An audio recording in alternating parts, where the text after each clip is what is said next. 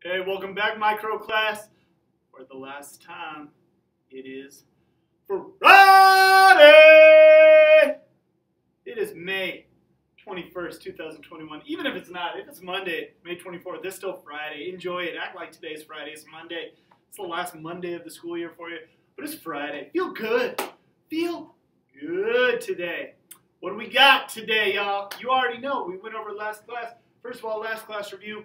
You guys had to lay out step-by-step directions on just how to go about getting your average, your min, your max, auto sum. Again, I can't explain it. I can't elaborate. I can't emphasize. That's the word. I can't emphasize it enough. The auto sum feature, super important, especially when you're dealing with huge numbers. For example, I think I told you guys this is one of the things you might use a spreadsheet for. Recently, my buddies and I, we all went on a trip. I just fronted the bill for the whole thing, and I was like, yo, put the total on my card. Give me those points back. Not everybody pay me. What I did was I got the total, I broke it down with the spreadsheet, I put in all the receipts, and I hit the auto sum button. Boom! And it was done. Then I took that after I got the auto sum, highlighted that, figured out the average. Boom! What did everybody owe me? Sent them a little email. This is what you owe me. All done. Worked out great. This is just one example of why or how you might use an Excel spreadsheet in the future. Now, you guys did a good job, for the most part, getting everything in and explaining step by step. Could have used a little bit more information in some cases, but that's all right. Today, we're going over formatting in Excel. Just like in Microsoft Word, you can format your spreadsheets to make them look nicer, to make them look more professional. 2 videos again today, numbers and how to make it look clean, all right? You're going to have 2 attendance questions that kind of focus on these 2 different videos, so make sure that you're paying attention to the video so you can answer these questions. They will be your assignment for today as well, just 2 questions. Sorry for the ads in the middle of the videos. I know those come up left and right. It's YouTube. We live in a capitalist society. People want money. It's all about the dollar bills, y'all. I don't know what to tell you. I try to get through them as fast as I can for you. But that's it. So formatting today, 2 videos. Let's go ahead and start taking a look at them now. Hello and welcome to another tutorial for Excel users. And here we have the worksheet I've been putting together so far, and I've done all the hard work. That's entering the information, and as you can see also, if I click in the cells and look in the formula bar, you'll see I've created the calculations for all the relevant cells. So the next step is to apply some formatting to our worksheet, and the first thing I'm going to do is apply number formatting. And before I apply the number formatting here, I'm just going to switch to another worksheet just to give you a quick overview of some of the formatting that can be applied. And if you have a look at this little table I've set up, we have currency, comma, and percentage, and those are 3 of the most common types of formatting you might want to apply.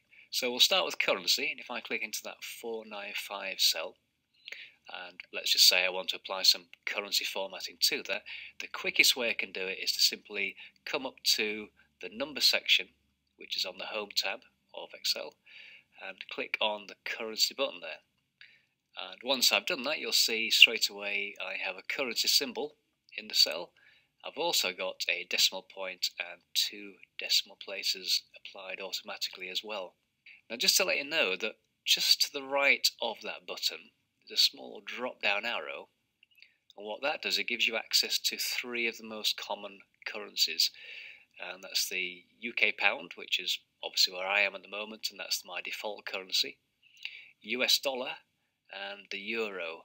And you'll see there's an option there for more accounting formats. If I just bring up this dialog here by clicking that more accounting formats, you'll see under symbol I click the drop down, a huge range of currency options that you can apply for the country that you're in.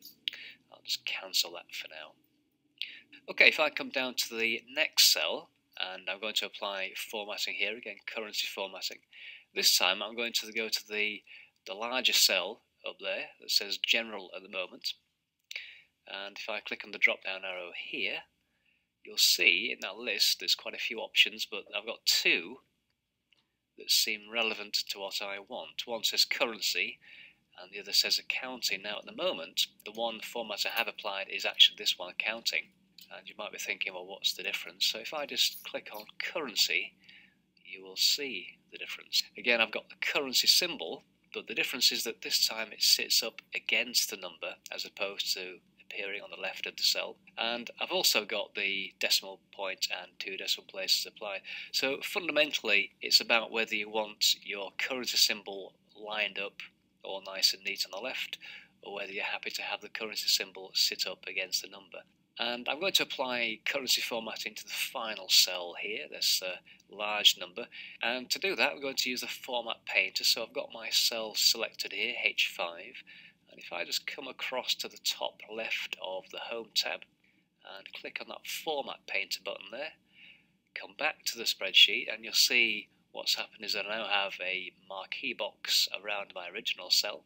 And the Excel cursor, the white cross, now has a little paste brush next to it.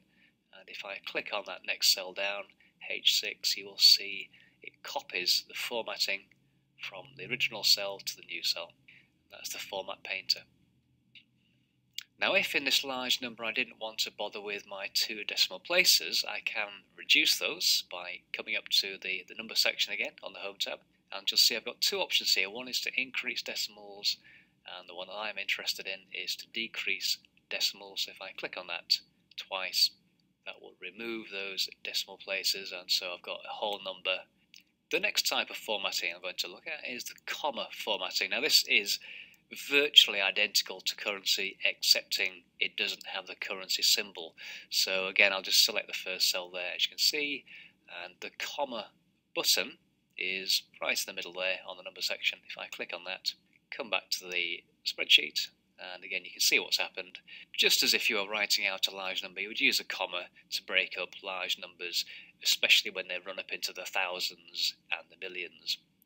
Now for the next cell down, instead of using the button there, I'm going to click on that large drop down, and one thing you'll notice is that comma formatting does not appear anywhere in that list. Now if I come right down to the bottom, I've got an option that says More Number Formats, and if I click on that, I get a dialog.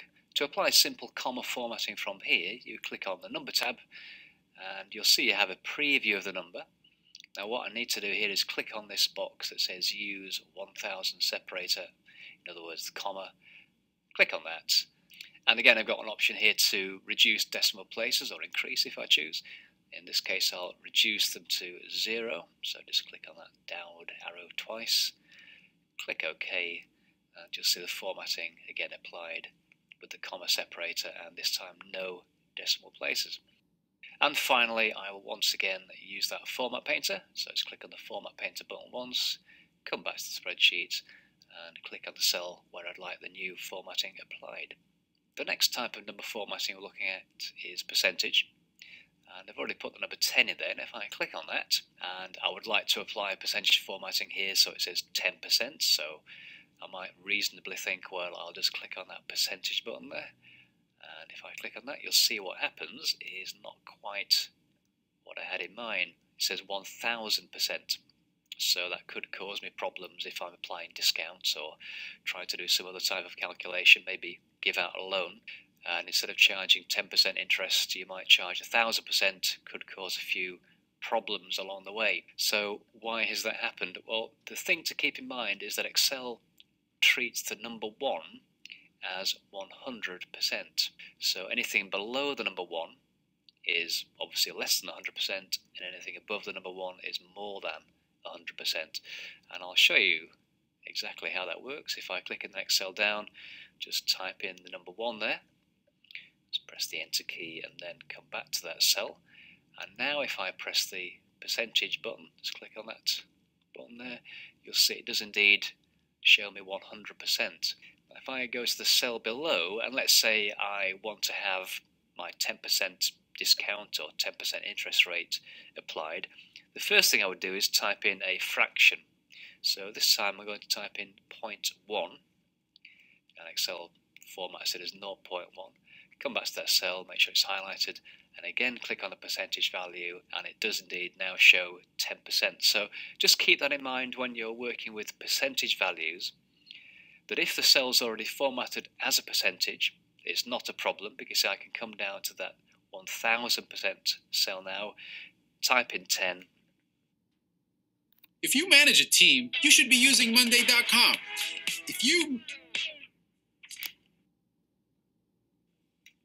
Press the enter key, and that is now 10%. So any calculation I use with that cell will apply the correct percentage.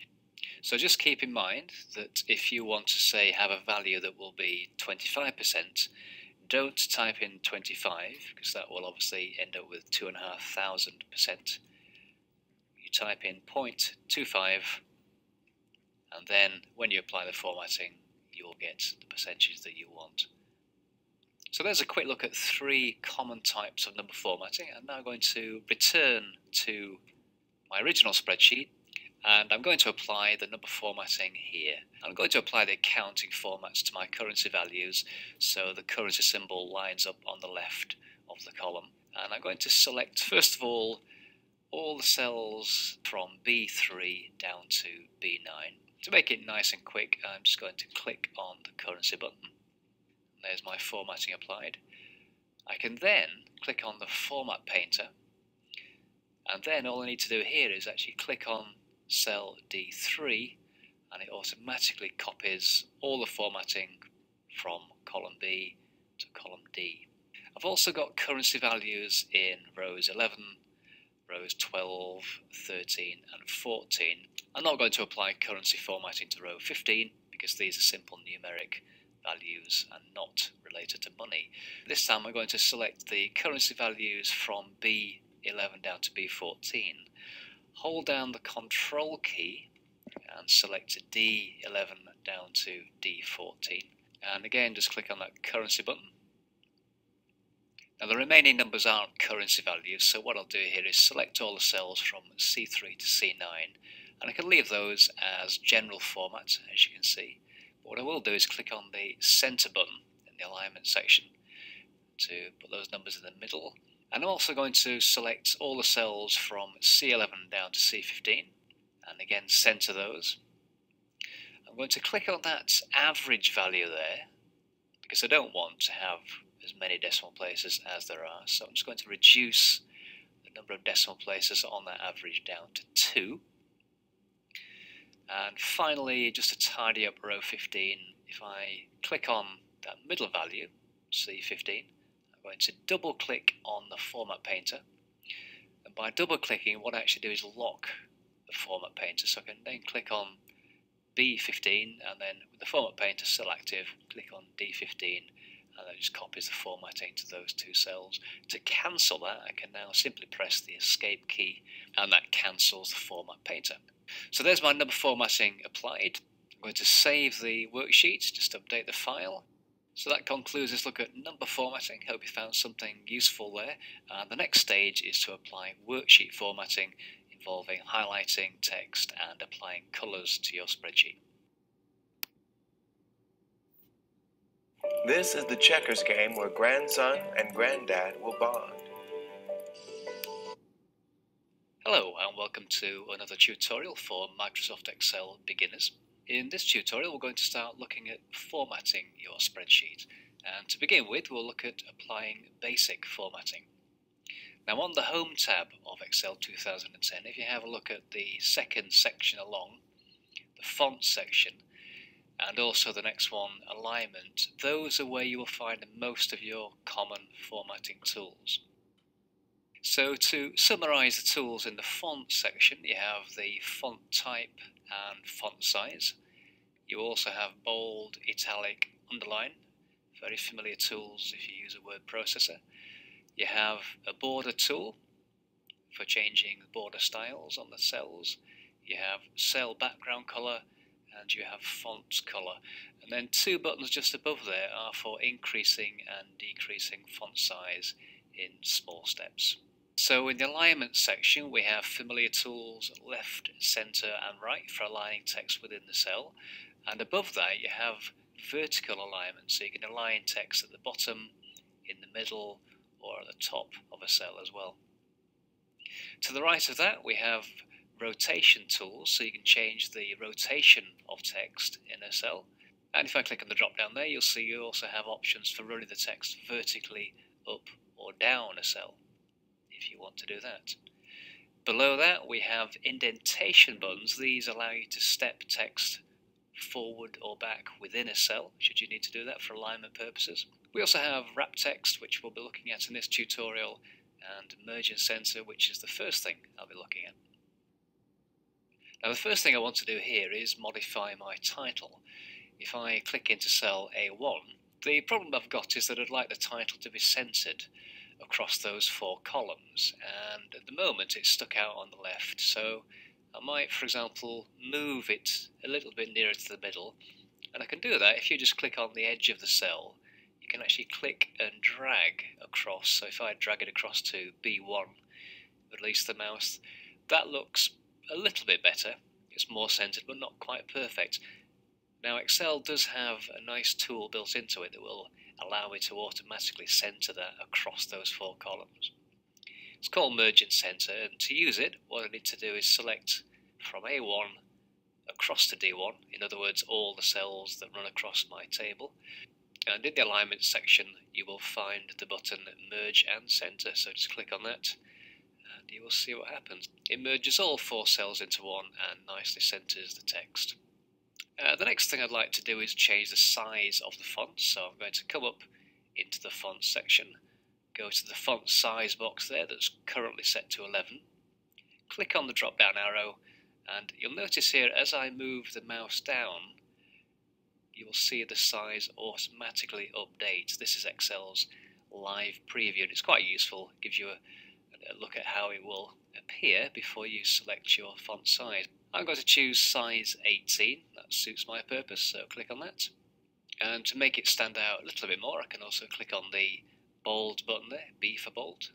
The next thing I want to do is make some of my labels stand out a bit more. So I'm going to select cells A2 across to D2, and again click on that B for bold button.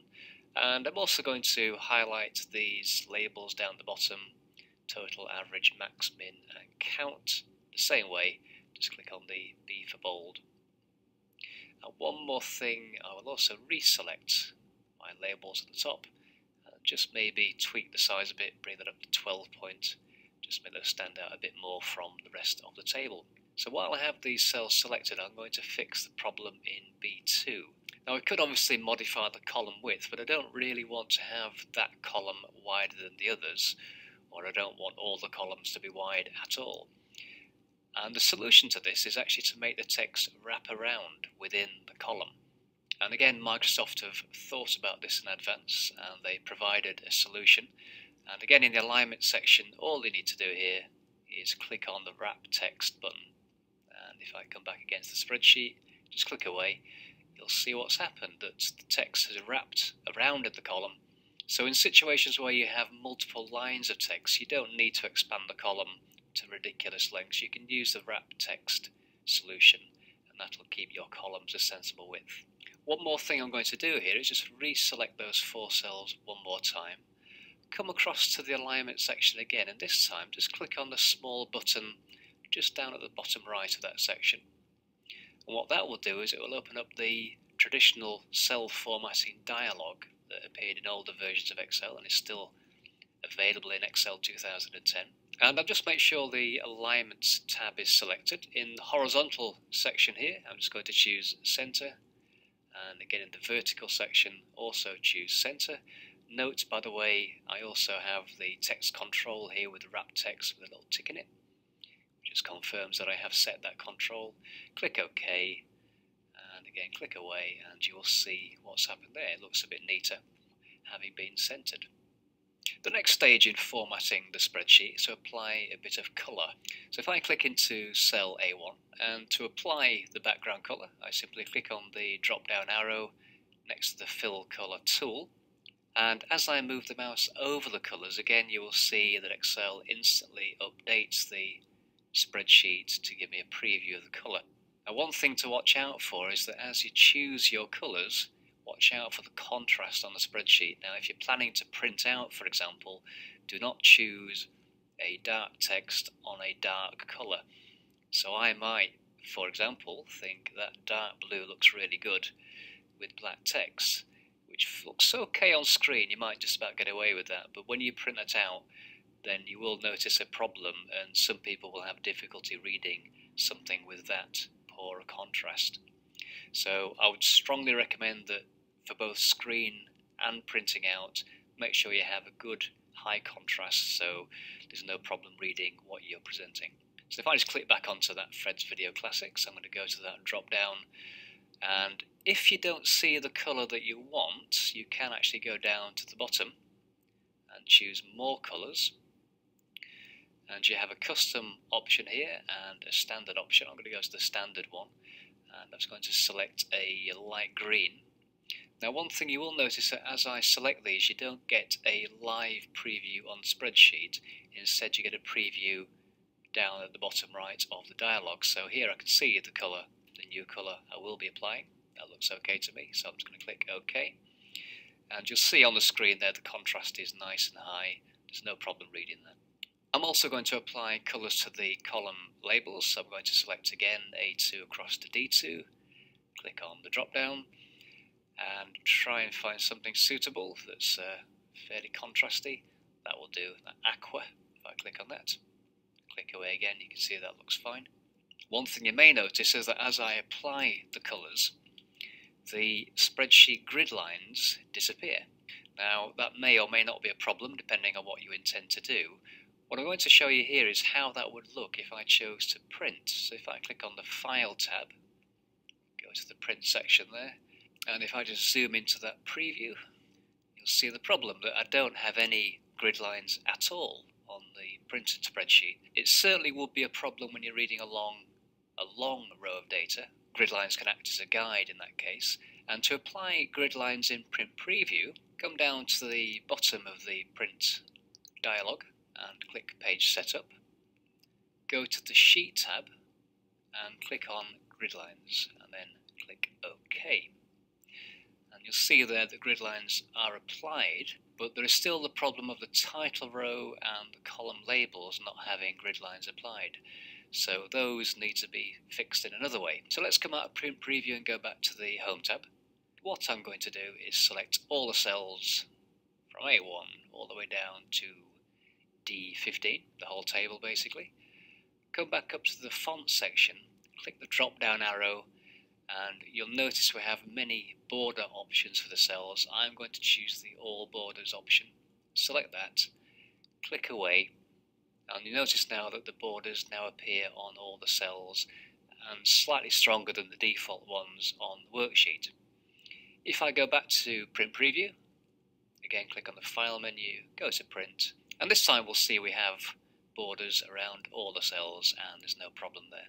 And this time I'll press the Escape key, and that takes me out of Print Preview and brings me back to the worksheet. To close this tutorial, I'm going to do a little bit of tweaking on the spreadsheet. I'm going to delete the total value in cell B11 because it doesn't really apply when you're adding up rental price values. It doesn't make any sense to have a total there. I'm also going to delete the cells in C15 and D15 because they're simply duplicating the count value in B15, so these other two cells are a bit redundant, so I'll delete those. And what I'm going to do here is click into B11, type the dash on the keyboard, and that is basically the minus sign. Press the Enter key, and I'll put a dash into C15 and D15. Lastly, just centre the dash in B11. Now, the reason I've done that is just to show anybody who might look at the spreadsheet that those cells have not been left blank by accident, so there aren't any missing numbers. Okay, so that concludes this tutorial. Hopefully you found something in there that was useful and you can start to make your spreadsheets look a bit more colourful and interesting. In the next tutorial we're going to look at more formatting options and some of the new features in Excel 2010. So thank you for watching this one, and I'll see you next time. Alright, that's it. It's the last part you'll ever have to do. No more videos. Simply one final assignment for this class before your final test. But the last assignment you're ever going to have. Right now, my friends, take a look. It's two parts, like I said it would be. Number one, I want you to answer this question. What option do you need to select to get borders on all of your data. So when you have data and you have, names, titles, quantity, price, total, when you highlight that all and you're putting borders on it, which border option do you select to get borders on all of your numbers? Number 2, how many decimal spots should you have when using the currency format? So when you take your numbers and you turn them into currency, how many spots should you have behind the decimal point? So let's say your number is 24 something and some change. You'll have 24, a decimal spot, and then you'll have how many spots for how many different numbers behind it. You can increase or decrease. He showed you this in the first video, I believe, the number formatting. How many spots should you have if you are using currency? If you're talking about money, pretty simple one. 2 questions right here for your assignment. If you have any questions, go ahead. Let me know. Shoot me an email. Pretty simple, self-explanatory, I think. Just answer these 2 questions. What option do you use to select borders on all of your data? Not just the top, not the bottom, not the sides, but for all of it. And for number 2, how many decimal spots should you have behind your number when using the currency format? And that's it. Hope you guys have a wonderful rest of your day. Got 1 class left. 1 class left. Finals, like I said, very simple. Going to be testing that you'll go. I'll give you the directions to next class, and I'll put the 10-question test up on the screen as well. But that's all next class. So get this to me today by the end of the day. All right. Hope you guys have a great rest of your day, and we'll see you for our final class next time.